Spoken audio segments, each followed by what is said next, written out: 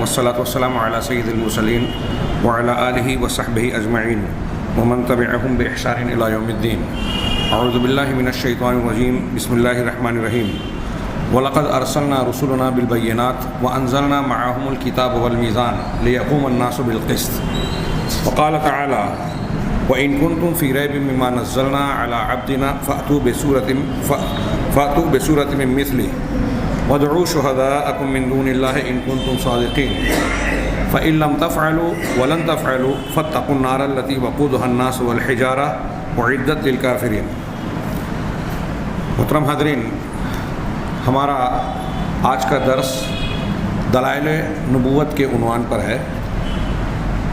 ایمان بالرسول کے تحت آج ہم یہ جانیں گے کہ انبیاء کرام علیہم الصلاۃ والسلام اور خاص طور سے جناب محمد رسول اللہ صلی اللہ علیہ وسلم کو ہم جو اللہ کا سچا رسول اور پیغمبر مانتے ہیں تو اس کی بنیاد محض عقیدت اور یوں ہی کا خیال نہیں ہے، بلکہ اللہ کے سچے رسولوں اور خاص طور سے جناب محمد رسول اللہ صلی اللہ علیہ وسلم کی نبوت کے بڑے واضح اور روشن دلائل موجود ہیں.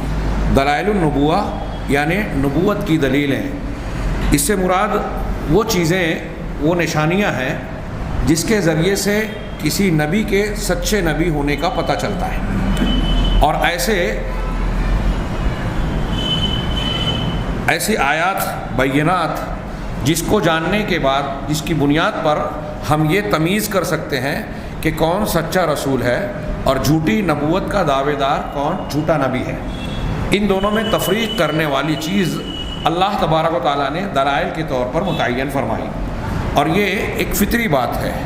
اگر دنیا میں بھی ہم دیکھیں، کوئی بڑا آدمی اپنا نمائندہ بنا کر اگر کسی کو بھیجتا ہے، وزیر اعظم ہو، صدر جمہوریہ ہو، کسی اسکول کا ہیڈ ماسٹر ہو یا کوئی اور ذمہ دار، جب وہ اپنا نمائندہ کسی کے پاس بھیجتا ہے اور وہ یہ جا کے بھیجے گئے آدمی کی طرف جس کے پاس بھیجا گیا ہے اس سے یہ کہتا ہے میں فلاں کا بھیجا ہوا ہوں، تو وہ اس کی اگر تصدیق چاہے تو کوئی لیٹر بتاتا ہے جس پر بھیجنے والے کی دستخط اور اس کی مہر ہوتی ہے، یا اس طرح کی کوئی اور نشانی. آج کل فون کے ذریعے سے تصدیق کر لی جاتی ہے کہ کیا آپ نے فلاں شخص کو بھیجا ہے. تو اس طریقے سے بھیجنے والا تصدیق کرتا ہے کہ ہاں فلاں آدمی میرا بھیجا ہوا ہے. اسی طریقے سے اللہ تبارک و تعالیٰ مالک الملک نے جب دنیا کے انسانوں کی طرف انبیاء کرام علیہم الصلاۃ والسلام کو اپنا نمائندہ، اپنا پیغمبر بنا کر بھیجا، تو یہ آیات، بینات، براہین، یہ مختلف الفاظ جو میں استعمال کر رہا ہوں، یہ دلائل کے معنی میں روشن دلیلیں، ایسی دلیلیں جن کے انکار کی کوئی گنجائش نہ ہو. ایسی دلیلیں اپنے انبیاء کرام علیہم الصلاۃ والسلام کے ساتھ اللہ تبارک و تعالیٰ دیتا رہا، جس کے ذریعے سے ہر مخاطب امت کا یا قوم کا جس کی طرف امت کو نبی کو بھیجا گیا ہے، ہر مخاطب آسانی سے یہ جان جاتا ہے، سمجھ لیتا ہے کہ یہ اپنی طرف سے یہ بات نہیں کہہ رہے ہیں، یہ واقعی اللہ تعالیٰ کے بھیجے ہوئے، مبعوث کیے ہوئے سچے رسول ہیں. دلائل نبوت، انبیاء کرام علیہم الصلاۃ والسلام کی دلیلیں مختلف بہت ساری ہیں اور متنوع ہیں، نو بنو اور قسم کی اتنی ہے کہ ان کو شمار نہیں کیا جا سکتا. جناب محمد رسول اللہ صلی اللہ علیہ وسلم کے سچے رسول ہونے کی دلیلوں پر صرف امت محمدیہ میں، ہمارے مسلمانوں کی تاریخ میں 17 یا 19 علماء سلف میں سے صرف دلائل النبوہ کے نام سے کتاب لکھی ہے، جس میں ایک مثال دوں، امام بہقی کی، ہمارے یہاں بعض مدارس کی لائبریریوں میں آپ کو مل جائے گی. دلائل النبوہ امام بہقی کی 4 جلدوں میں ہے، موٹی موٹی، یعنی 4 جلدوں میں انہوں نے کتنی دلیلیں بیان کی ہوگی اندازہ لگائی. اور ایسی 17 یا 19 کتابیں ہیں. اسی نام سے صرف یہ 17 یا 19 کتابیں نہیں ہیں، بلکہ دوسرے ناموں سے آپ کو بہت ساری کتابیں مل جائیں گی، جس میں اہل علم نے نبی کریم صلی اللہ علیہ وسلم کے سچے رسول ہونے کی دلیلیں اور نشانیاں بیان کی ہیں. اگر آپ غور سے دیکھیں اور کوئی طالب علم اس کا تتبع اور جستجو کرنا چاہے کہ آپ کی نبوت کی دلیلیں کتنی اور کون کون سی ہیں، تو وہ اللہ کے نبی صلی اللہ علیہ وسلم کی تعلیمات اور آپ کی حیات طیبہ کی زندگی کی کتاب کے ہر صفحے پر اور ہر صفحے کی ہر سطر میں نبوت کے سچے ہونے کی کچھ نہ کچھ دلیل ضرور پائے گا. اور یہ دلیلیں جیسے جیسے انسان کی عقل و بلوغت کی طرف بڑھ رہی ہے، مطلب تحقیق اور علم میں وہ آگے بڑھتا جا رہا ہے، ویسے ویسے قرآن اور جناب محمد رسول اللہ صلی اللہ علیہ وسلم کے سچے رسول اور سچی کتاب ہونے کی دلیلیں بھی بڑھتی جا رہی ہیں. کیسے؟ میں ایک صرف اشارہ کروں کہ کچھ چیزیں ایسی ہیں جیسے 1400 سال پہلے جناب محمد رسول اللہ صلی اللہ علیہ وسلم نے اپنی حدیث میں بیان کی کہ پیٹ میں ماں کے پیٹ میں بچے کو کتنے دن پر روح ڈالی جاتی ہے، پھر وہ کن کن مرحلوں سے گزرتا ہے. اس وقت یہ سونوگرافی اور انسان کے جسم کے اندرونی حصوں کا جائزہ لینے کی تحقیقات یا مشینیں یا آلات حاصل نہیں ہوئے تھے. آج وہ حاصل ہو گئے ہیں. اب نبی کریم صلی اللہ علیہ وسلم کی حدیث مبارکہ اور قرآن میں بیان کردہ ان مراحل کو دیکھ کر آج کی سائنس کی روشنی میں جب ہم دیکھتے ہیں تو پتہ چلتا ہے کہ 1400 سال پہلے جناب محمد رسول اللہ صلی اللہ علیہ وسلم نے جو باتیں بتائی تھی وہ بالکل ہو بہو سچی ہے، حق ہے. تو یہ تحقیق جب سامنے آئی، اس کے آنے سے پہلے، اس کے آنے کے بعد یہ ایک نبوت کے سچے ہونے کی دلیل بڑھ گئی. ایسے کتنی روز تحقیقات ہوتی ہیں اور انسان اس مقام پر پہنچتا ہے کہ اللہ کے نبی صلی اللہ علیہ وسلم کا بیان اور قرآن کا بیان جو 1400 سال پرانا ہے وہ درست ہے. تو آپ کے سچے ہونے کی دلیلیں میں یہ عرض کرنا چاہتا ہوں روز بروز بڑھتی جا رہی ہیں. یہ بے شمار دلیلیں ہیں. ان دلیلوں میں سے ایک بہت بڑی چیز ہے معجزات نبی کے انبیاء کرام علیہم الصلاۃ والسلام کی نبوت کے سب سے واضح دلیلیں ہوتی ہیں. اور نبی کریم صلی اللہ علیہ وسلم کے بے شمار بہت سارے معجزات میں سے سب سے بڑا زندہ اور قیامت تک رہنے والا جو معجزہ ہے وہ قرآن مجید ہے. اس لیے آج کے ہمارے اس درس میں صاحب کتاب نے قرآن مجید پر کچھ قدر تفصیل سے بات کی ہے. دوسرے معجزات کا سرسری ذکر کیا ہے آگے، اس سب سے پہلے قرآن کا، لیکن اس سے پہلے لفظ معجزہ کا معنی بتایا کہ ان میں سے معجزہ ہے. معجزہ یہ عجز یعجز سے اعجزہ، یہ اس میں فاعل ہے. عجز کے مقابلے میں یہ عجز سے بنا ہے. ہم اردو میں عاجزی بولتے ہیں، کسی کام سے عاجز ہونا، بے بس ہونا. اس کے مقابلے میں قادر ہونا، قدرت والا ہونا ہے. تو معجزہ کا معنی ہوتا ہے عاجز کر دینے والی چیز. اس میں جو ہا ہے وہ کہتے ہیں ہائے مبالغہ کی ہے. جیسے علامہ میں ہا جو رہتے ہیں وہ مؤنث کے علامہ نہیں ہے، یہ نہیں ہے، بلکہ مبالغے کے لیے معنی میں زیادتی پیدا کرنے کے لیے بہت بڑا علم والا. تو معجزہ جو بالکل پورے طریقے سے انتہا درجے تک انسان کو عاجز بنا دے. علامہ ابن تیمیہ نے کہا کہ انبیاء کے معجزات کے لیے قرآن و حدیث میں یہ لفظ معجزات کے طور پر استعمال نہیں ہوا. اس کے مقابلے میں آیت کا لفظ استعمال ہوا ہے، بینہ کا لفظ استعمال ہوا ہے، آیات، بینات، برہان کا لفظ استعمال ہوا ہے، سلطان کا لفظ استعمال ہوا ہے. اور علامہ ابن تیمیہ کہتے ہیں کہ آیت اور بینہ اس کے لیے بہت ہی موضوع اور مناسب لفظ ہے.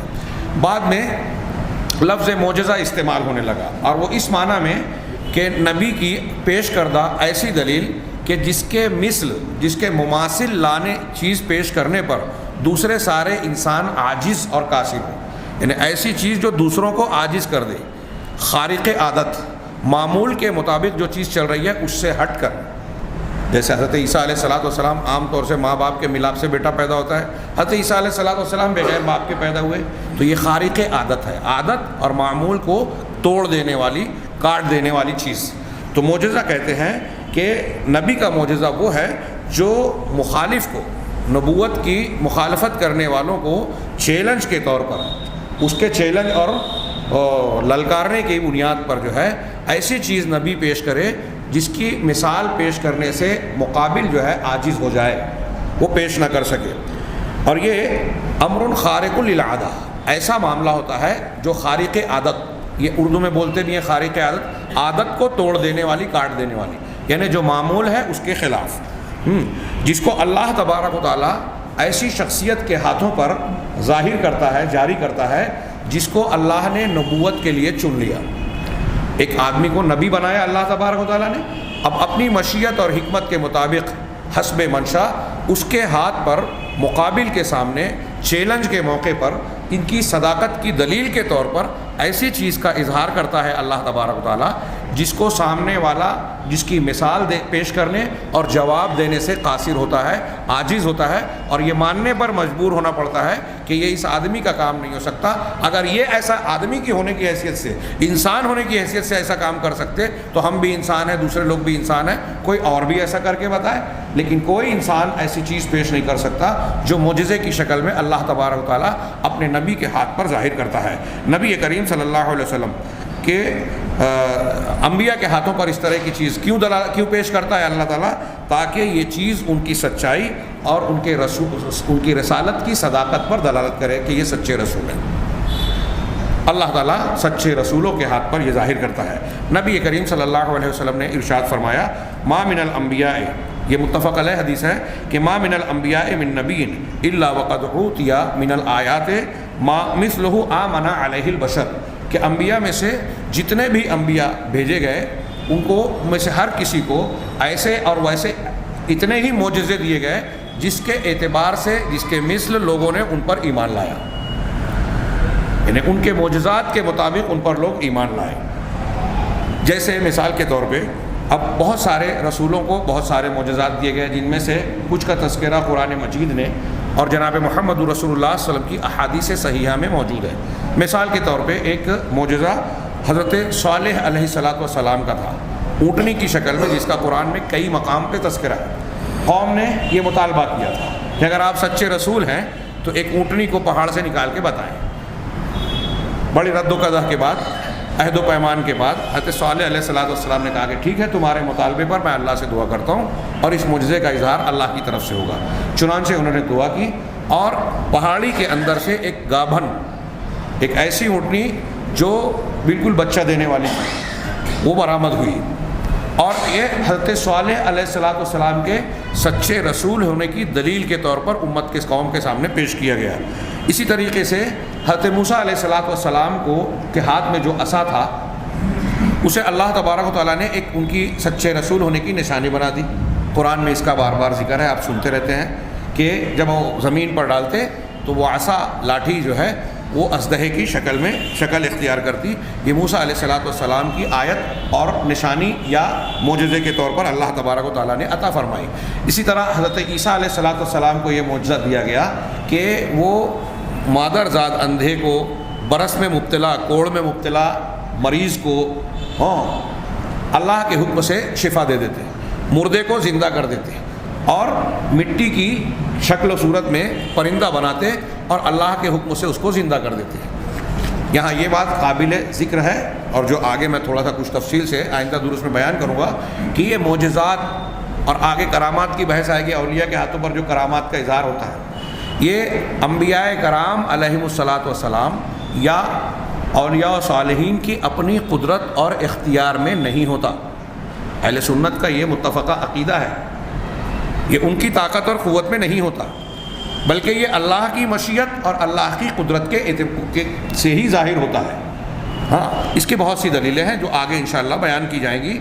ومنها، اب ان معجزات میں سے ہمارے نبی جناب محمد رسول اللہ صلی اللہ علیہ وسلم کے بھی معجزات ہیں۔ آپ کے معجزات بہت سارے ہیں، جیسے آپ کا اسراء اور معراج کا سفر کرنا، جس کا تذکرہ خود قرآن مجید میں ہے، سبحان الذی اسریٰ بعبدہ لیلا من المسجد الحرام الی المسجد الاقصی۔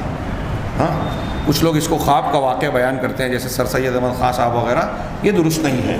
اگر یہ خواب کی بات ہوتی تو کفار مکہ کو تعجب نہیں ہوتا، اور اللہ تبارک و تعالیٰ اس واقعے کا اتنے حیرت انگیز انداز میں ذکر نہیں کرتا کہ اس کا آغاز کیا سبحان اللہ ہے، سبحان الذی، پاک ہے وہ ذات۔ گویا یہ کسی ایسی بات کا تذکرہ ہو رہا ہے جس کے بیان کرنے میں لوگوں کو تعجب ہو رہا ہے۔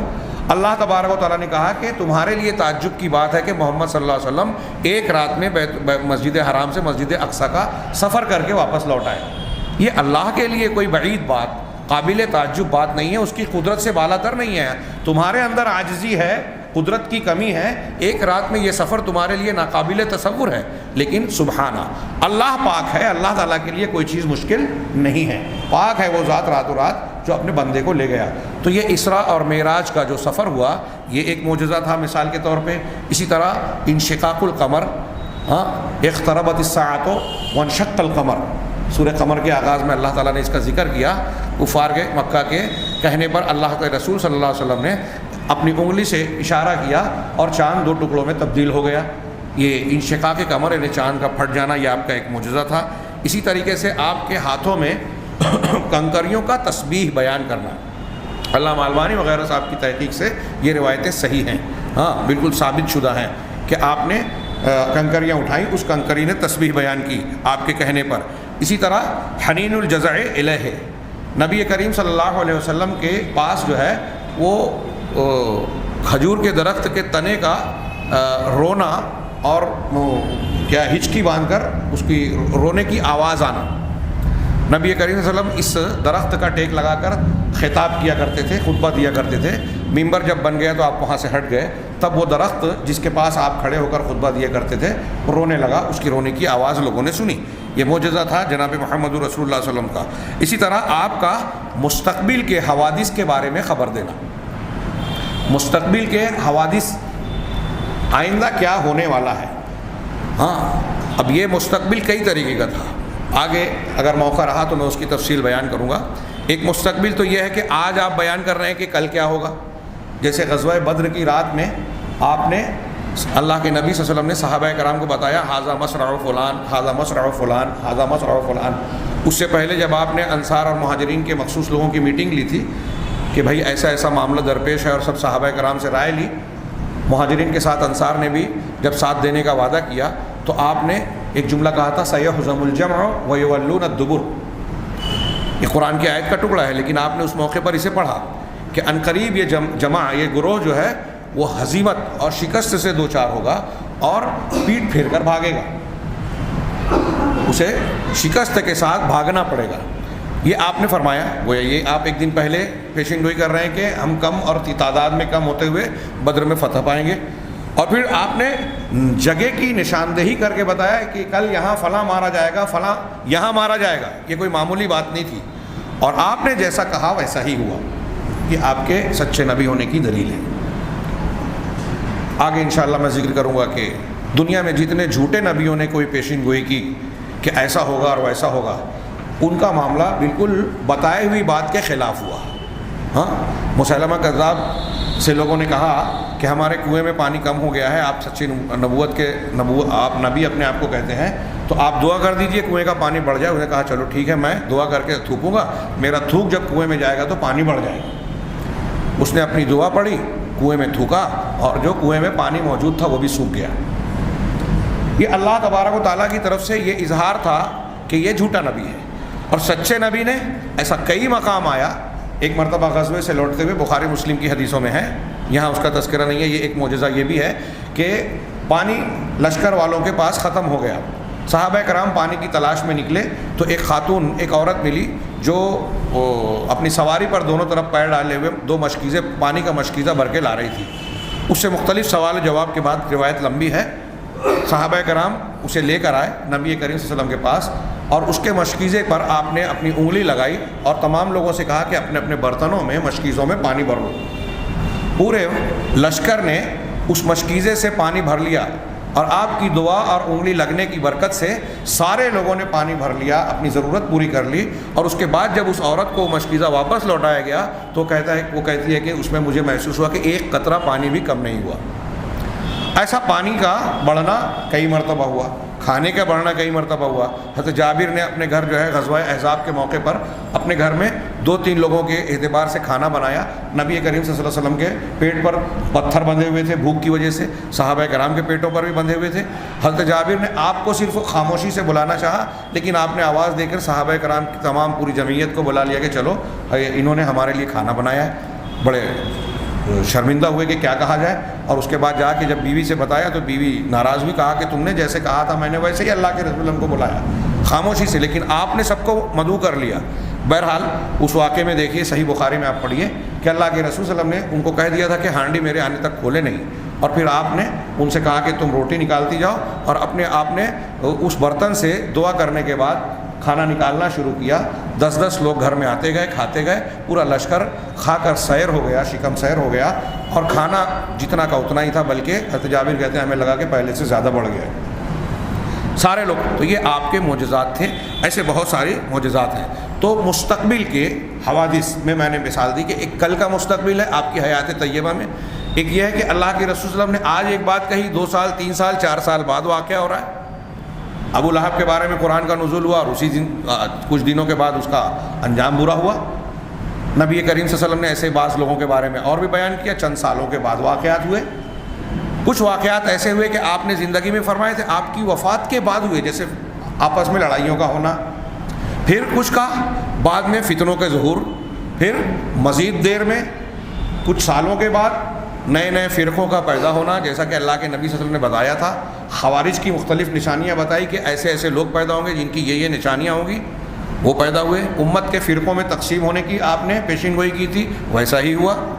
ہاں، اور جیسے جیسے آپ نے بہت ساری چیزیں یوں بیان کی اور یہ چیزیں ہوتی جا رہی ہیں، اب تک ہوتی جا رہی ہیں۔ یہ علامات کیا کہتے ہیں، اب آخر میں علامات قیامت اور فتنوں کا جو تذکرہ کیا وہ بھی اب ظہور پذیر ہوتی جا رہی ہیں اور ہر روز کچھ نہ کچھ علامتیں ظاہر ہو رہی ہیں جو نبی کریم صلی اللہ علیہ وسلم کے سچے رسول ہونے کی دلیل کے طور پر آپ کی مستقبل کی پیشین گوئیوں کی شکل میں ہمارے سامنے ہم اپنی آنکھوں سے دیکھ رہے ہیں کہ 1400 سال پہلے جناب محمد رسول اللہ صلی اللہ علیہ وسلم نے ایسے کہا تھا کہ کچھ لوگ آئیں گے جو ہے وہ سود کو حلال کر لیں گے، شراب کو دوسرا نام دے کے حلال کر لیں گے، اور زنا عام ہو جائے گا، قتل بڑھ جائے گا۔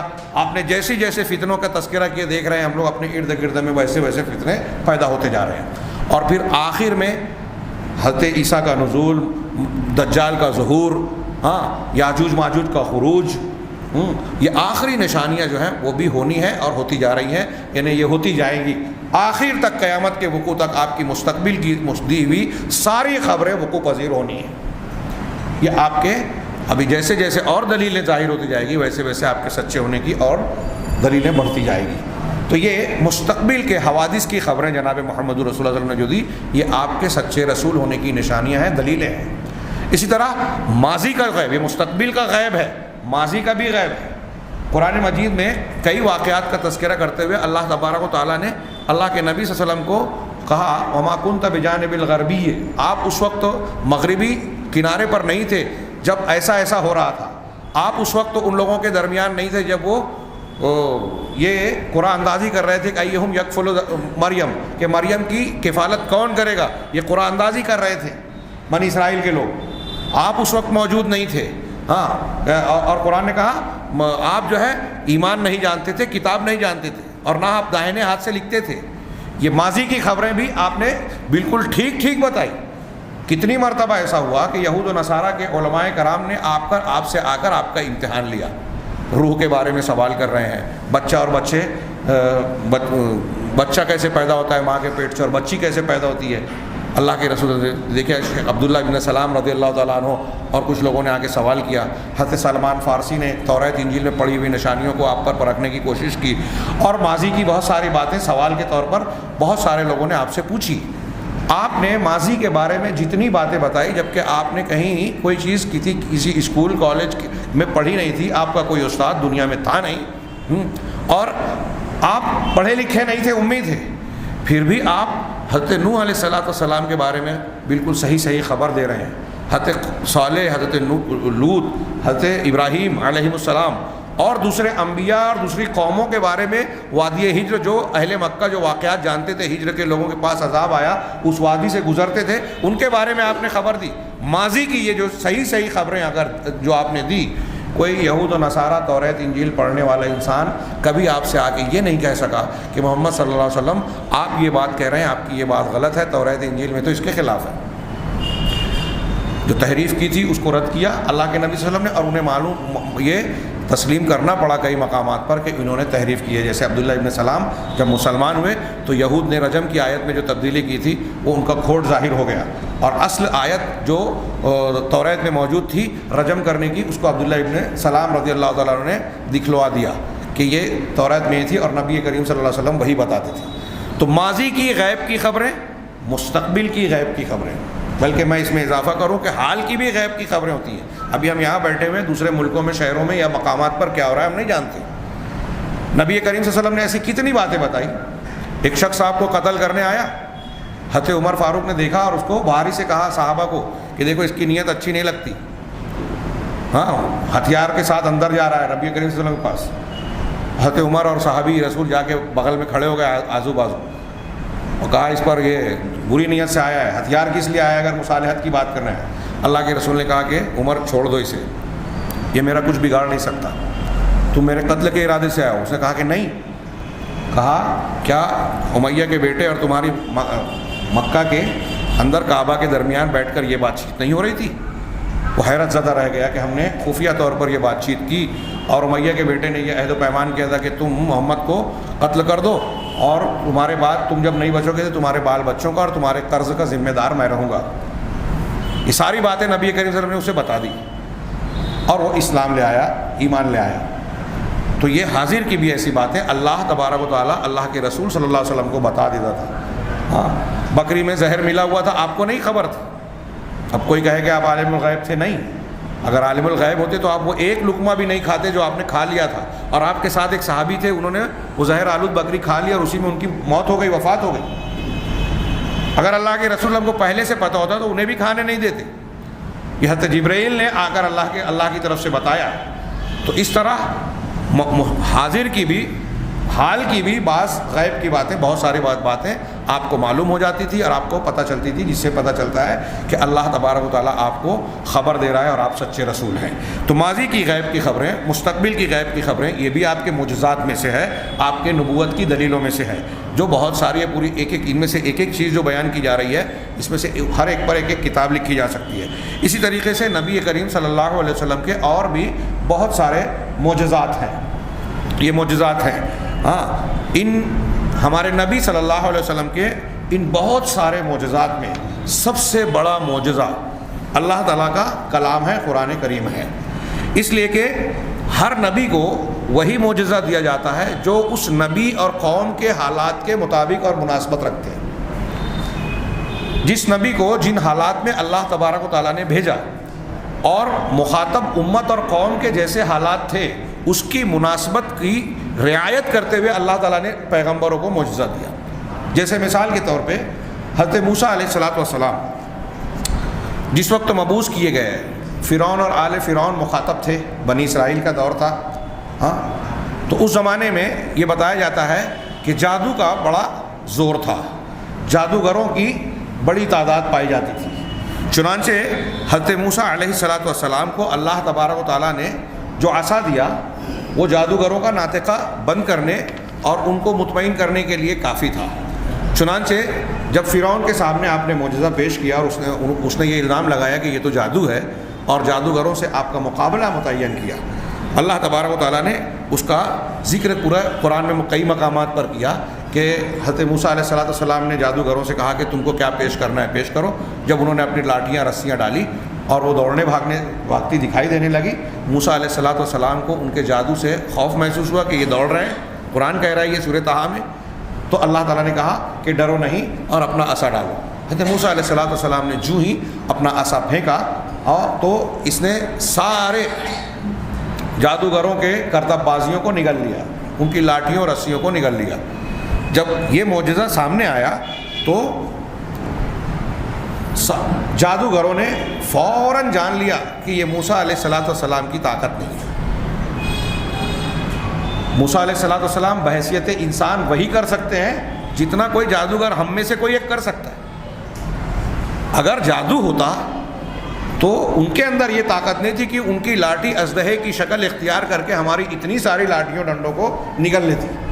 یہ ہو جانا اس بات کی دلیل ہے کہ یہ انسانی طاقت و قوت سے ہٹ کر جادو سے الگ اللہ تبارک و تعالیٰ کی قدرت کا مظاہرہ ہے. ایسا کوئی انسان نہیں کر سکتا. اسی لیے ان لوگوں نے اس کو جان لیا کہ یہ حق مبین ہے. موسیٰ علیہ السلام پیغمبر برحق ہیں, سچے رسول اور نبی. ہاں اللہ تعالیٰ نے کہا آگے اس سلسلے فَأُلْقِيَ السَّحَرَةُ ساجدین, جب یہ معجزہ دیکھا تو جتنے جادوگر تھے وہ سب کے سب سجدہ ریز ہو گئے, سجدے کی حالت میں گر گئے.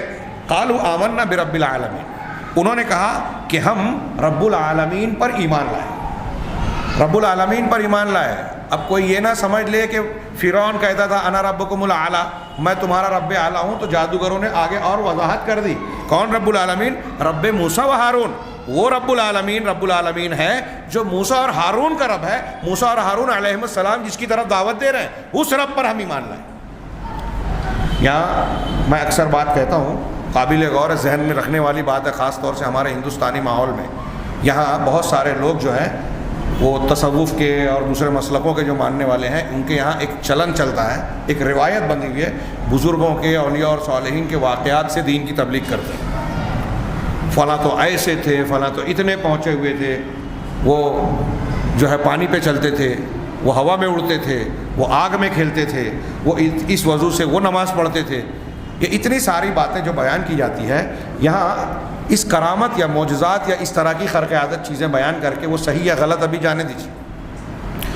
اس نبی کی، اس پیر کی، اس ولی کی عظمت و بڑائی بیان کرنے کی کوشش کی جاتی ہے، ارے وہ تو اتنے پہنچے ہوئے تھے، ایسا کرتے تھے۔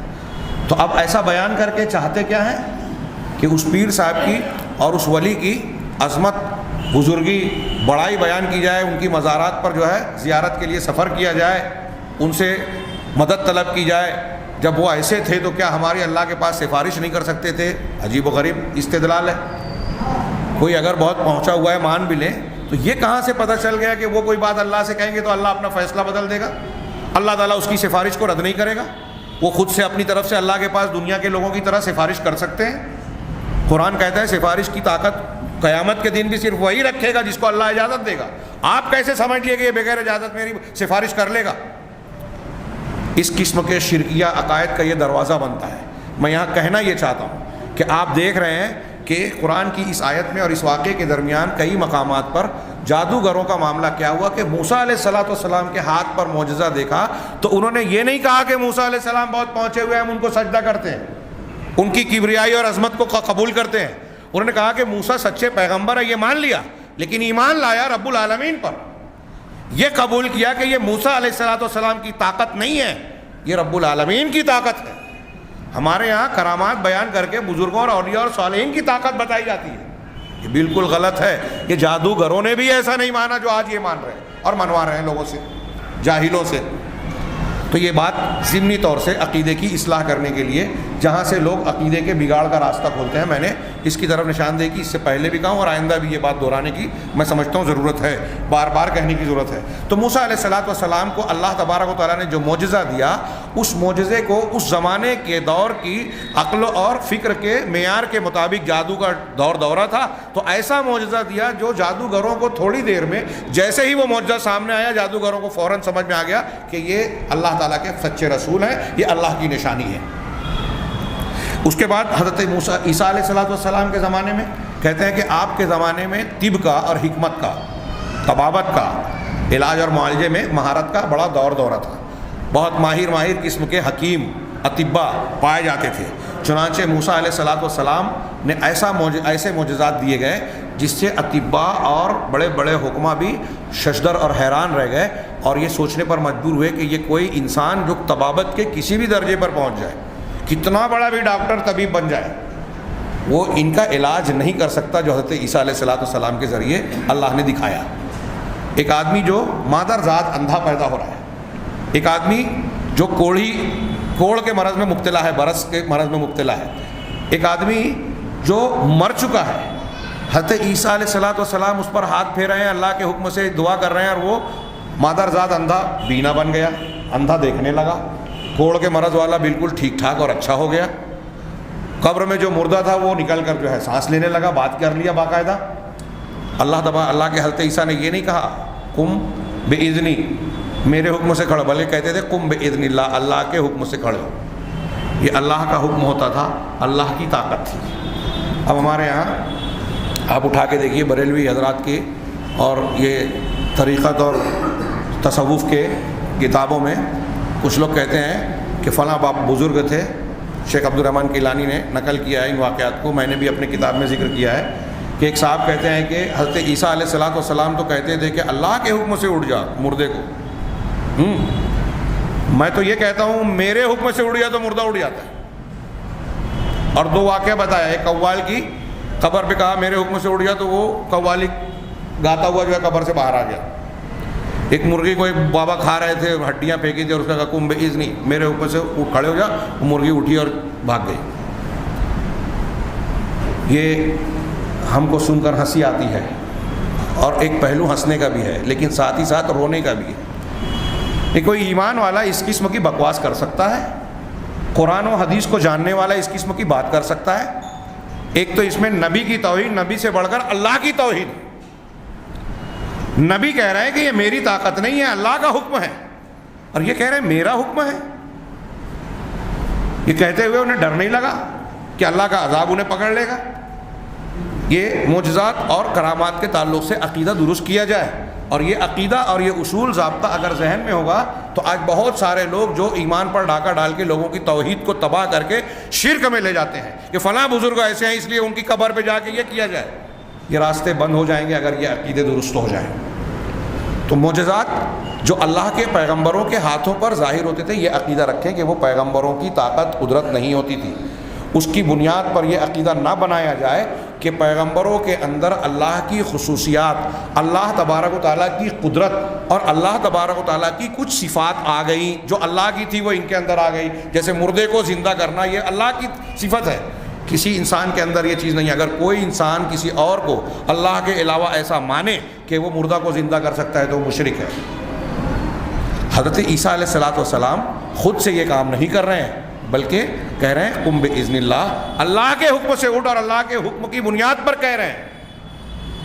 اور یہ بتایا جا رہا ہے کہ حضرت عیسیٰ علیہ السلام کے کہنے سے اللہ اٹھا رہا ہے، اس سے اس بات کی دلیل مل رہی ہے کہ یہ سچے رسول ہیں، اللہ تعالیٰ ان کی صداقت کی دلیل پیش کر رہا ہے۔ تو بہرحال ہمارا درس یہ ہے کہ حضرت عیسیٰ علیہ السلام کو جو معجزات دیے گئے وہ ان کے دور کے فن طبابت میں مہارت کی بنیاد پر، کہ آپ اس طرح سے علاج کرتے تھے، اور ایک پرندے کو مٹی کی شکل دے کے اس کو کہتے تھے کہ اللہ کے حکم سے تو اڑ جا، تو وہ زندہ ہو جاتی تھی، اس کے اندر روح پڑ جاتی تھی۔ یہ چیزیں جب اطباء نے، ان کے دور کے بڑے بڑے حکماء نے دیکھا تو ان کو یہ بات ماننے پر مجبور ہونا پڑا کہ یہ عیسیٰ علیہ السلام جو کر رہے ہیں، یہ جو چیز کا اظہار کر رہے ہیں، جو دکھا رہے ہیں، یہ عیسیٰ علیہ السلام کی بحیثیت انسان کے طاقت نہیں ہے، بلکہ یہ اس ذات کی طاقت ہو سکتی ہے جو ہر چیز پر قادر ہے، اور وہ اللہ کی ذات ہے۔ اور جب ان کے ہاتھوں پر اللہ تبارک و تعالیٰ اس کا اظہار کر رہا ہے، اس کا مطلب اللہ تعالیٰ ان کی تائید کر رہا ہے، اور ہمیں اور آپ کو یہ بتا رہا ہے کہ یہ سچے رسول ہیں۔ ان کی نبوت کی دلیلوں میں سے یہ دلیلیں ہیں جو معجزات کی پیش کر رہے ہیں۔ اب ان کے دور کے حساب سے ان کو معجزات دیے گئے۔ جناب محمد رسول اللہ صلی اللہ علیہ وسلم کی جب بعثت ہوئی تو عرب کے اہل عرب کو غرہ تھا، گھمنڈ تھا، فخر تھا اپنی زبان پر، فصاحت و بلاغت پر، زبان دانی پر۔ وہ اپنے آپ کو عربی اور دوسروں کو عجمی کہتے تھے۔ عجمی یعنی گونگا، یعنی گویا اتنا بولنے میں ہم ماہر ہیں کہ ہمارے مقابلے میں دنیا کے ساری قومیں جو ہے گونگی ہے، ان کے پاس زبان ہے ہی نہیں، وہ جانوروں کی طرح ہیں، عجمی ہیں، بے زبان اتنے ان کو۔ اور اس میں بھی کوئی شک نہیں کہ ان کی زبان دانی بہت اعلیٰ معیار کو پہنچی ہوئی تھی۔ اس زمانے کے جو اشعار ہیں آپ پڑھیے، اس زمانے کے جو ادب ہے، جو آج بھی بعض مدارس میں اسی مقصد سے پڑھایا جاتا ہے، اس زمانے کے معلقات، 7 معلقات اور 10 معلقات کہے جاتے ہیں، یعنی وہ لٹکائے ہوئے قصیدے۔ ان کے یہاں سالانہ مقابلہ میلہ لگتا تھا، اس میلے میں اس زمانے کے بڑے بڑے شعراء اپنا کلام پیش کرتے تھے کہ میں نے یہ تیار کیا ہے قصیدہ، اور کچھ جج مقرر ہوتے تھے، ان ججوں کے نمبرات سے ان کی سننے کے بعد وہ درجہ دیتے تھے کہ سب سے بہترین قصیدہ اس کا ہے، فلاں قصیدہ سب سے اعلیٰ، سب سے بہتر، ادب و بیان کے اعتبار سے سب سے اونچا ہے، تشبیہات، استعارات، زبان و بیان کی قوت، تخیلات، ساری چیزیں اس میں دیکھتے تھے اور نمبر دیتے تھے۔ تو جو پہلا نمبر آتا تھا اس کو لکھ کر کعبے کی دیوار میں لٹکایا جاتا تھا۔ ایسے 7 معلقات مشہور ہیں، اور 10 معلقات کتاب کی شکل میں آج بھی چھپتے ہیں، اور بعض اس عربی مدارس میں پڑھائے جاتے ہیں۔ مدرسوں میں پڑھانے کا اس کا مقصد کیا ہے؟ اس زمانے کے شعراء کا کلام پڑھانا مقصد نہیں ہے، بلکہ یہ بتانا مقصد ہے کہ اس زمانے کے لوگوں کی عربی زبان کس اعلیٰ معیار کی تھی، کتنی زبردست معیار کی تھی۔ آپ اندازہ لگائیے، میں ایک مثال دوں جو آپ کو آسانی سے دماغ میں بیٹھے۔ قرآن کی ایک آیت میں حضرت سلیمان علیہ السلام سے متعلق اللہ تعالیٰ نے ارشاد فرمایا کہ حضرت سلیمان علیہ السلام نے جو جینوں کو اپنے بس میں کیا اور ان سے کام لیتے تھے، تو بتایا ہے قرآن نے، یعملون لہ ما یشاء من محاریب و تماثیل، وجفان کالجواب وقدور الراسیات یعملون لہ ما یشاء. حضرت سلیمان ان سے جو چاہتے جنوں کو وہ بنانا پڑتا. من محاریب بڑے بڑے محراب و تماثیل اور ڈھانچے و تماثیل و جفان کالجواب اور حوض کی طرح بڑی بڑی ہانڈیاں, ایسی بڑی بڑی ہانڈیاں جو حوض کی طرح ہو. وہ قدور الراسیات اور ایسی بڑی بڑی ہانڈیاں, جفان مانے ٹب کہہ لیجئے ہم اردو میں جس کو کہیں, اور قدور قدر کی جمع, ایسی ہانڈیاں جو ٹکی ہوئی ہوں جن کو ہٹایا نہ جا سکے, ایک جگہ بنا دیے تو بس بن گئی. بڑے بڑے دیگ اور بڑے بڑے حوض نما جو ہے وہ دیگ اور ہانڈیاں یہ جن بناتے تھے. تو آخری تعبیر قرآن کی اس آیت میں آخری تعبیر ہے وہ جفان کالجواب و قدور الراسیات. امرؤ القیس جو ان 7 معلقات میں سے ایک کا ماہر ہے, اور یہ جو میں شعر اس کا پیش کرنے جا رہا ہوں یہ معلقات میں معلقہ میں نہیں ہے, لیکن اس کا پہلا معلقہ پیش کیا جاتا ہے. امرؤ القیس ایک بڑا شاعر گزرا, اس کا بھی ایک معلقہ ہے. اس کا ایک شعر ہے. اس کی بیٹی جو ہے بعد میں, یہ اسلام سے پہلے ہی مر گیا تھا, اس کی بیٹی مسلمان بھی تھی, لیکن اس نے جب قرآن کی یہ آیت سنی جو میں نے ابھی پڑھی فی جفان یعملون لہ ما یشاء, تو آخری میں سنا تو اس نے کہا یہ تو میرے ابا کا کلام ہے. اس کے والد کا شعر تھا امرؤ القیس کا کہ مہمان نوازی اپنی قوم کی بتاتے ہوئے اس نے کہا یقرون ضیفا فی السنین الممہلات, کہ یہ جو ہمارے قبیلے کے لوگ ہیں یہ قحط والے سالوں میں مہمانوں کی مہمان نوازی کرتے ہیں. کیسے کرتے ہیں؟ فی جفان کالجواب و قدور الراسیات. قحط والے سال میں ہمارے قبیلے کے لوگ ایسے مہمان نوازی کرتے ہیں فی جفان کالجواب, بڑے بڑے ٹب اور دیگ میں جو حوض کی طرح, و قدور الراسیات اور ایسی ہانڈیوں میں جن کو ہلایا نہیں جا سکتا, ٹکی ہوئی ہانڈیاں. آخری کا جو دوسرا مصرع ہے اس کا جو تعبیر ہے وہ قرآن میں مطلب اللہ تبارک و تعالیٰ کے کلام میں ایک جگہ ہے. اس زمانے کے عرب لوگوں کی عربی کا یہ مقام اور معیار تھا کہ قرآن کے چھوٹے سے ٹکڑے کو سننے کے بعد ایک دیہاتی بھی کہتا تھا کہ یہ انسان کا کلام نہیں. آپ نے یہ واقعہ بار بار سنا ہوگا کہ اللہ تبارک و تعالیٰ کی کلام سورہ کوثر جو قرآن کی سب سے چھوٹی سورہ کہی جا سکتی ہے, کسی صحابی نے ابتدا میں مکی دور میں ہی یہ نازل ہو چکی تھی. یہ سورت جہاں 7 معلقے لٹکائے جاتے تھے نا کعبہ کی دیوار میں, وہاں لکھ کر لٹکا دی رات کے اندھیرے میں, انا اعطیناک الکوثر فصل لربک وانحر ان شانئک هو الابتر, یہ لکھ کر لٹکا دی. دوسرے دن جب دن نکلا تو وہ جو میلوں میں جج مقرر ہوتا تھا شاعروں کے کلام کو نمبر دینے والا ایک جج وہاں سے گزرا. اس نے دیکھا کہ کعبہ کی دیوار میں ایک چھوٹی سی عبارت لٹکی ہوئی ہے. اس نے پڑھا, بار بار پڑھا, اور بار بار پڑھنے کے بعد اس وقت جو بھی اس کو میسر ہوا اس نے اس چیز کو لے کر اس سورہ کے آگے لکھ دیا ما ھذا قول البشر, اپنے ہاتھ سے لکھا کہ یہ انسان کا کلام نہیں ہے, یہ انسان کا کلام نہیں ہے.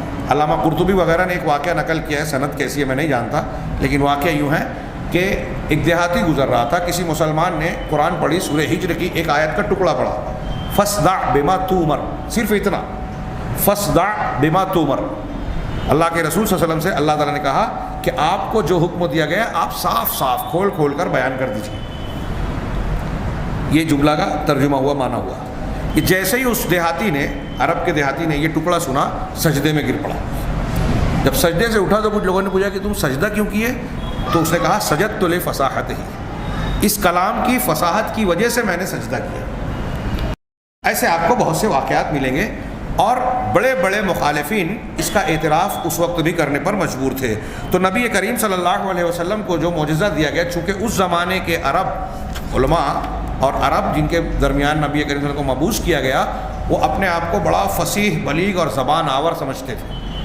تو ان کو کہا گیا کہ تم اپنے آپ کو بڑا زبان دان سمجھتے ہو, عربی کا بڑا ماہر سمجھتے ہو, دوسروں کو اجمی کہتے ہو, ہاں, اور یہ فصاحت اور بلاغت کے اعلیٰ ترین معیار پر اپنے کو سمجھتے. تو یہ لوگ محمد صلی اللہ علیہ وسلم تمہارے سامنے ایک کلام پیش کر رہے ہیں, یہ اللہ کا کلام ہے.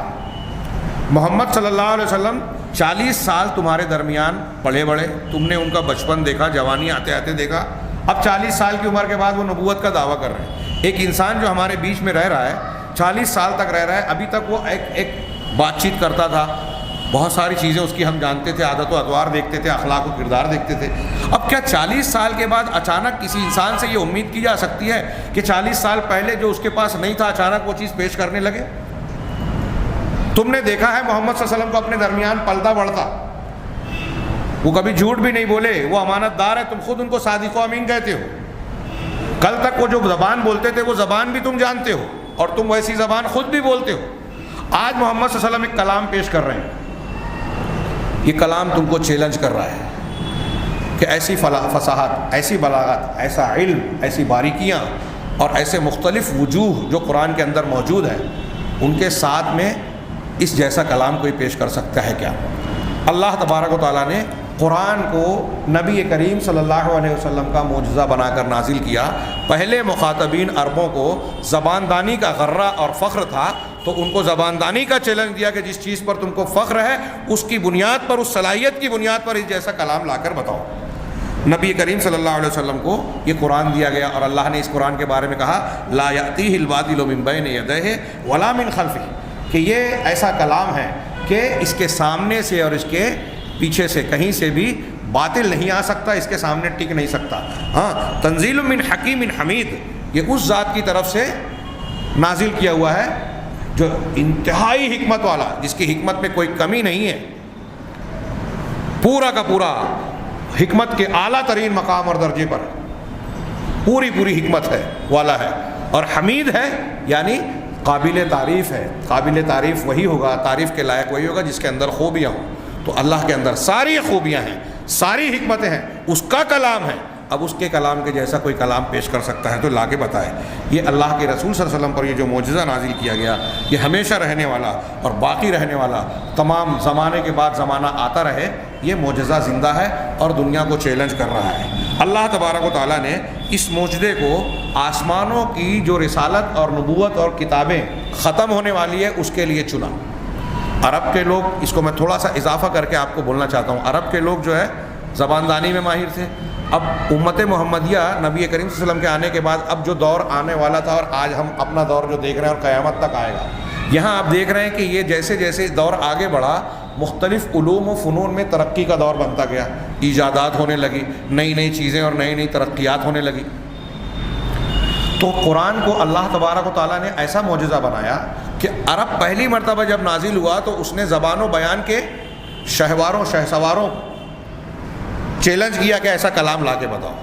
اور یہ قرآن کا یہ چیلنج قیامت تک کے آخری انسان تک قائم ہے، سارے انسانوں اور جنوں کو قائم ہے۔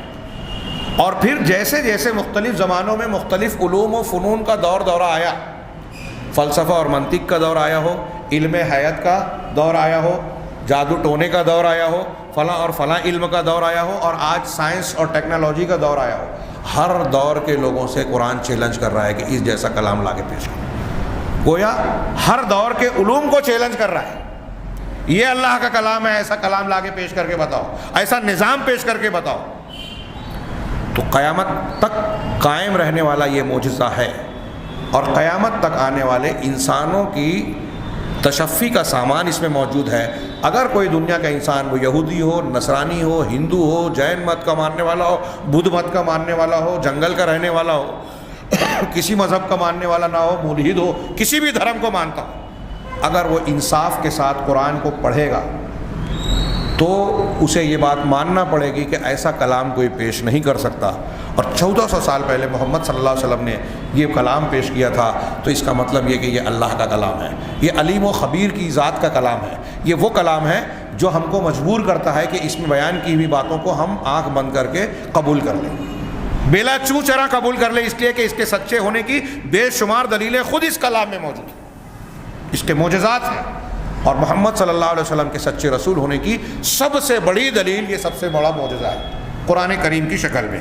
تو یہ قرآن کریم ہر اس شخص کے لیے جو اب قیامت تک کی مختلف نسلیں پیدا ہوتی رہیں گی، وہ سائنٹسٹ ہو، ماہر فلکیات ہو، یا کھیت میں کام کرنے والا کسان ہو، جنگل میں لکڑی توڑنے والا لکڑہارا کیوں نہ ہو، پانی کے جہاز پر سفر کرنے والا ہو، ہوائی جہاز پر سفر کرنے والا پائلٹ ہو، کوئی بھی ہو، جتنی نسلیں آتی جائیں گی، جتنے فن اور مختلف جانکاری کے لوگ آتے جائیں گے، اس قرآن کا جب مطالعہ کرتے جائیں گے تو ان کے لیے یہ معجزہ ثابت ہوگا اور یہ ماننے پر انہیں مجبور ہونا پڑے گا. ان کے لیے یہ دلیل کے طور پر کافی ہے کہ یہ اللہ کا کلام ہے اور محمد صلی اللہ علیہ وسلم جنہوں نے اس کو پیش کیا وہ سچے رسول ہیں.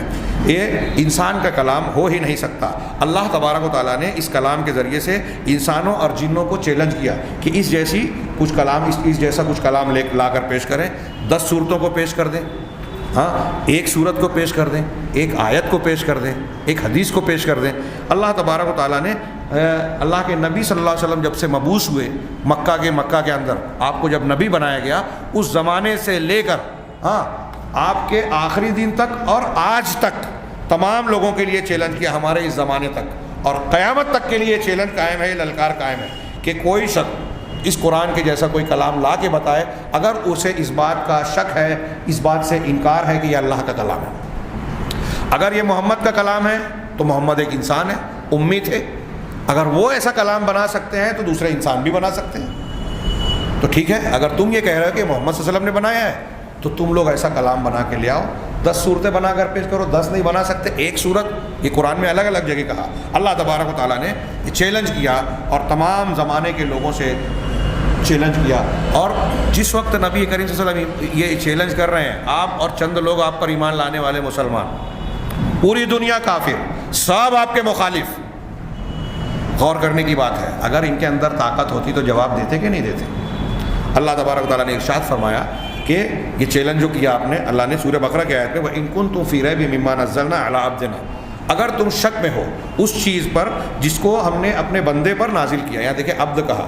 قرآن کو دیکھ کر کوئی یہ نہ سمجھے کہ محمد کا کلام ہے اور محمد صلی اللہ علیہ وسلم انسانوں سے بڑھ کر اللہ ہے. نہیں، اللہ نے وہ نازل کیا، کلام اللہ کا ہے اور محمد صلی اللہ علیہ وسلم اللہ کے بندے ہیں، عبد ہے، معبود نہیں ہے. ہم نے جو اپنے بندے پر نازل کیا، اگر تم کو اس کے بارے میں شک ہے، فَأْتُوا بِسُورَةٍ مِّن مِّثْلِهِ، تو اس جیسی ایک صورت لے آؤ. وَادْعُوا شُهَدَاءَكُم مِّن دُونِ اللَّهِ، اور تم اکیلے نہیں بلکہ اللہ کے سوا تمہارے جتنے بھی شہداء ہیں، مددگار ہیں، معاونین اور گواہ ہیں، سارے لوگوں کو بلا لو، سب مل کے بناؤ.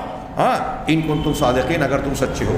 تم سچا دعویٰ کر رہے ہو کہ یہ محمد کا کلام ہے، ایسا کلام اللہ کا کلام نہیں ہے، اور ہمارے فلاں معبود اور فلاں بھی ایسی طاقت رکھتے ہیں، تو ٹھیک ہے، سب کو بلا لو، شہداء کو، اور پھر سب مل کر اس جیسی ایک صورت بنا کر پیش کرو. اللہ تعالیٰ نے صرف اتنا ہی نہیں کہا کہ چیلنج کیا، آگے اس چیلنج کا جواب بھی دیا. فَإِن لَمْ تَفْعَلُوا، اگر تم ایسا نہیں کر سکے، یہ پہلا جملہ، وَلَن تَفْعَلُوا، اور ایسا تم ہرگز نہیں کر سکتے. لن نفی محبت کے لیے آتا ہے عربی میں. لا تفعلوا کا معنی ہوتا ہے تو نہیں کرتا، لیکن لن تفعلا جب کہا جائے گا تو ہرگز نہیں کر سکتا، مستقبل میں بھی کبھی نہیں کر سکتا. لن دنیا کے ختم ہونے تک کے لیے یہ لن ہو جائے گا. کبھی کبھی کوئی استثناء آتا ہے، وہ اپنی عربی کی ایک بحث ہوگی، لن ترانی کے تحت تھوڑی سی گفتگو شاید آ چکی. تو کہا کہ تم کبھی نہیں، اللہ تعالیٰ نے کہا کہ فَإِن لَمْ تَفْعَلُوا، اگر تم ایسا نہیں کر سکتے، وَلَن تَفْعَلُوا، اور ایسا ہرگز نہیں کر پاؤ گے، مستقبل میں بھی کبھی نہیں کر پاؤ گے کہ قرآن جیسی کوئی سورہ پیش کر سکو. جب ایسا نہیں کر سکتے اور نہیں کر پائے، فَاتَّقُوا النَّارَ، تو اللہ سے ڈرو. تو تم کہے فَاتَّقُوا النَّارَ الَّتِي وَقُودُهَا النَّاسُ وَالْحِجَارَةُ، تو اس آگ سے، اس جہنم سے تم بچو، ڈرو. ڈرنا چاہیے تم کو. تم جب نہیں کر رہے ہو، نہیں کر پا رہے ہو، تو مان لو نا کہ یہ سچا کلام ہے، یہ سچے رسول ہیں، ایمان لے آؤ. اور اب بھی نہیں لا پا رہے ہو، چیلنج کا جواب بھی نہیں دے پا رہے ہو اور ایمان بھی نہیں لا رہے ہو، تو تم سے زیادہ بے وقوف کوئی نہیں ہے، نڈر کوئی نہیں ہے. اگر ایسا ہے کہ تم نہیں کر سکتے تو پھر اس آگ سے بچنے کی کوشش کرو، یعنی ایمان لے آؤ، جس کا ایندھن انسان اور پتھر ہیں. اعدت للکافرین، جو کافروں کے لیے تیار کی گئی ہے. اب اگر تم اس قرآن کو، اس رسول کو نہیں مان رہے ہو تو تم کافر ہو اور تم اس جہنم سے بچ نہیں رہے ہو. تو یہ آگے صاحب کتاب نے کہا کہ قرآن نے یہ جو بات کہی نا کہ تم ہرگز نہیں کر سکتے، یہ چیلنج قرآن کا آج بھی قیامت تک کے لیے قائم ہے. اللہ تعالیٰ کے اس ارشاد میں فَإِن لَمْ تَفْعَلُوا وَلَن تَفْعَلُوا، یہ جو اللہ نے فرمایا یہ آج بھی قائم ہے اور قیامت تک قائم رہے گا. اور اللہ تبارک و تعالیٰ نے قرآن مجید میں یہ بھی ارشاد فرمایا ام یقولون تقولہ بل لا یؤمنون، بلکہ کیا یہ لوگ کہتے ہیں کہ اللہ کے رسول صلی اللہ علیہ وسلم نے اپنی طرف سے گڑھ لیا اس قرآن کو؟ نہیں، بلکہ یہ لوگ ایمان نہیں لاتے. اگر ایسا کہہ رہے ہیں کہ اللہ کے رسول نے بنا لیا تو فلیأتوا بحدیث مثلہ، ان کانوا صادقین. تو اس جیسی ایک حدیث، دیکھیے قرآن کو بھی حدیث کہا گیا، ہاں، اس جیسی ایک حدیث لے آئیں، ایک بات لے آئیں اگر وہ سچے ہیں. یہ سورہ طور کی آیت ہے. یہ چیلنج مکہ میں تھا، کیونکہ سورہ یونس میں جو کہا گیا 10 سورت لے آؤ، پھر سورہ ہود میں کہا گیا کچھ آیتیں یا ایک سورت لے آؤ، پھر سورہ طور میں جو ابھی آیت پڑھی کہ ایک حدیث لے آؤ، یہ تینوں صورتیں مکی ہیں، تینوں صورتیں مکی ہیں. اور یہاں جو ابھی آیت ہم پڑھ رہے ہیں وَإِن كُنتُمْ فِي رَيْبٍ مِّمَّا نَزَّلْنَا عَلَىٰ عَبْدِنَا فَأْتُوا بِسُورَةٍ مِّن مِّثْلِهِ وَادْعُوا شُهَدَاءَكُم مِّن دُونِ اللَّهِ إِن كُنتُمْ صَادِقِينَ فَإِن لَّمْ تَفْعَلُوا وَلَن تَفْعَلُوا. یہ جو آیت ابھی ہم نے پڑھی یہ آیت سورہ بقرہ کی ہے، یہ مدنی آیت ہے. یعنی مدینہ میں بھی اللہ تعالیٰ نے چیلنج کیا، مکہ میں بھی بار بار کیا، ایک بار نہیں، سورہ یونس میں بھی، سورہ ہود میں بھی، سورہ طور میں بھی، اور پھر مدینہ میں آنے کے بعد بھی چیلنج کیا اور بتایا کہ اگر شک ہے تو ایسا پیش کر کے بتاؤ. ہاں، اور ان میں سے 2 باتیں ذکر کی اس آیت میں سورہ بقرہ میں کہ فَإِن لَّمْ تَفْعَلُوا وَلَن تَفْعَلُوا. فَإِن لَّمْ تَفْعَلُوا یہ ماضی کی بات ہے، اگر تم ایسا نہیں کر سکے، ابھی حال میں تم سوچ لو کہ تم اب تک کوشش کر کے نہیں کر سکے ہو، تو پھر یہ چیز تم جان چکے ہو کہ تم ایسا نہیں کر سکتے، تو پھر تم کو ماننا چاہیے کہ یہ حق ہے، اللہ کا کلام ہے. ہاں، بس ڈرو تم اس بات سے کہ اگر تم جھٹلاؤ گے تو پھر تم کو اللہ تبارک و تعالیٰ کا عذاب پکڑ لے گا، جو جھٹلانے والوں کے لیے اللہ نے جس کی دھمکی دے رکھی ہے، وعدہ کر رکھا ہے. یہ پہلا جملہ فَإِن لَّمْ تَفْعَلُوا وَلَن تَفْعَلُوا، اور دوسرا ٹکڑا ہے وَلَن تَفْعَلُوا. یہ لن مستقبل میں نفی کر رہا ہے. تو اس سے یہ بات ثابت ہوتی ہے کہ مستقبل کے زمانوں میں بھی کبھی وہ قرآن کی جیسی ایک صورت بھی بنا کے نہیں لائیں گے، نہیں لا سکتے، جیسے کہ اللہ تعالیٰ نے خبر دی.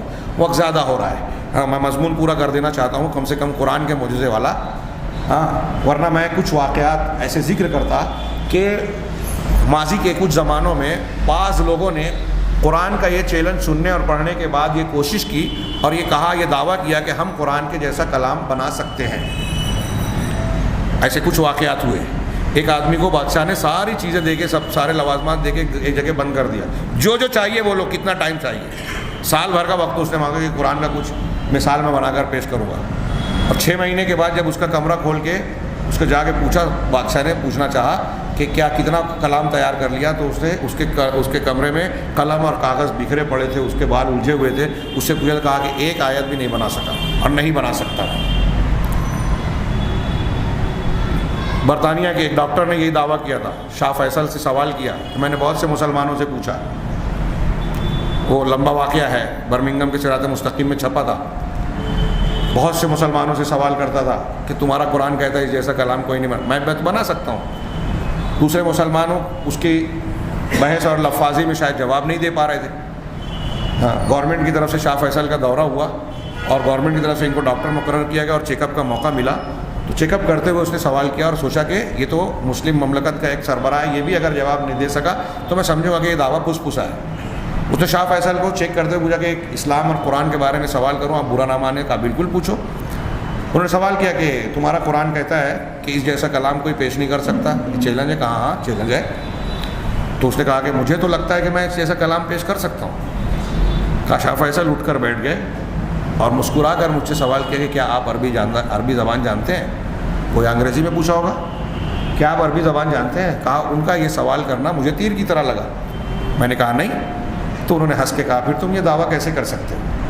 تم جب انگریزی جانتے ہو تو تم نے جو قرآن اب تک پڑھا ہے اس کا مطلب تم نے انگریزی ترجمہ پڑھا ہے. ترجمہ تو انسان کا ہے نا، ترجمہ انسان کا ہے، ترجمہ اللہ کا نہیں ہے. قرآن عربی میں ہے، وہ اللہ کا کلام ہے، اور جس نے ترجمہ کیا وہ کلام اللہ کا ترجمہ کر رہا ہے، وہ اس کے اندر انسان ہے. وہ بات ترجمے میں تھوڑی آئے گی جو قرآن میں. تم یہ دعویٰ اس وقت کرنا یا تم یہ بات اس وقت کہہ سکتے ہو جب تم عربی زبان کو جان کر قرآن پڑھو اور مجھ سے یہ بات کہو. تو میں نے شاہ فیصل کہا ٹھیک ہے میں عربی سیکھوں گا. اور اسی دن سے کیمبرج یا آکسفورڈ یونیورسٹی کے شعبہ عربی کے جو ڈین ہے اس سے بات کی، ٹیوشن لیا اور اس سے عربی سیکھنے لگا. سال بھر تک عربی پڑھتا رہا، قرآن پڑھتا رہا، عربی پڑھتا رہا، قرآن پڑھتا رہا. اور سال پورا ہونے تک مجھے سمجھ میں آ گیا کہ قرآن کے جیسا کلام کوئی نہیں بنا سکتا، اور ایمان لے آئے، کلمہ پڑھ لیا. تو ایسا میں عرض کرنا چاہتا ہوں کہ ایسا کئی مرتبہ اور ایسے بڑے دلچسپ واقعات ہیں، لیکن اس کی وقت اس کی اجازت نہیں دیتا. میرا خیال ہے کہ وقت زیادہ ہو گیا ہے اور یہ قرآن کے مناظرے سے قرآن کے چیلنج سے متعلق بھی باتیں جو ہے وہ کن کن حیثیتوں سے قرآن ہے، حالانکہ انہوں نے بہت مختصر بیان کیا، لیکن میں تھوڑی سی تفصیل بیان کرنا چاہتا ہوں، اس لیے درس کو یہیں روکتا ہوں، اور انشاءاللہ آئندہ ہفتہ اسی بات کو جو ادھوری ہے، بہت ہی ادھوری ہے، مکمل کریں گے کہ قرآن ساری انسانیت پر، سارے انسانوں پر چیلنج ہے۔ اور آگے جو میں بیان کرنے جا رہا ہوں، صاحب کتاب نے بیان کیا کہ ایک طرف قرآن نے چیلنج کیا، یہ ایک آیت کا ذکر کر کے بات کو یہاں بند کر ختم کرتے ہیں، آئندہ ہفتہ اسی کو آگے بڑھائیں گے، کہ اللہ تبارک و تعالیٰ نے سورہ بنی اسرائیل میں، سورہ اسراء میں، جو کہ خود مکی آیا صورت ہے، ہاں، شروعات میں ہی اس نے سبحان الذی اسریٰ بعبدہ لیلا من المسجد، قرآن سے بھی ثابت ہوتا ہے کہ وہ مکی ہے، اور احادیث متواترہ سے بھی ثابت ہوتا ہے۔ اس صورت میں اللہ تبارک و تعالیٰ نے ارشاد فرمایا، قل لئن اجتمعت الجن والانس علی ان یأتوا بمثل هذا القرآن لا یأتون بمثلہ ولو کان بعضهم لبعض ظہیرا۔ یہ خبر ہے، ابھی جو باتیں قرآن کی جو آیتیں میں نے پڑھی، بتایا کہ یہ چیلنج ہے، ایک چیلنج ہے، مطلب کہہ رہا ہے کہ تم نہیں بنا سکتے، پیش کر کے بتاؤ۔ اور یہاں اللہ کے رسول صلی اللہ علیہ وسلم کو اللہ تعالیٰ نے خبر دی مکہ میں کہ اگر سارے انسان، آپ لوگوں سے کہیے لئن اجتمعت الانس والجن، سارے انسان اور سارے جن اکٹھا ہو جائیں اس بات پر، الا ان یأتوا بمثل هذا القرآن، کہ اس قرآن کے مثل کچھ کلام بنا کر لے آئیں، اس پر سارے لوگ متفق ہو گئے، مل کے کام کریں، لا یأتون بمثلہ، تو اللہ تعالیٰ نے خبر دی کہ سب مل کے بھی اس کے مثل قرآن کلام بنا کر نہیں لا سکتے، ولو کان بعضهم لبعض ظہیرا، اگرچہ بعض پر بعض کے یعنی ایک دوسرے کی مددگار ہو جائیں، مدد کریں، تب بھی ایسا کلام نہیں لا سکتے۔ اس آیت کی تشریح اور قرآن کے وجوہ اعجاز کا کچھ تبصرہ انشاءاللہ آئندہ درس میں پڑھیں گے۔ اللہ تبارک تعالیٰ سے دعا ہے کہ وہ ہمیں دلائل نبوت کو سمجھ کر اپنے ایمان کو مضبوط کرنے اور اس مضبوط ایمان کی بنیاد پر اپنے اعمال کو سنوارنے، آخرت کو بنانے کی توفیق عطا فرمائے۔ وآخر دعوانا الحمد للہ۔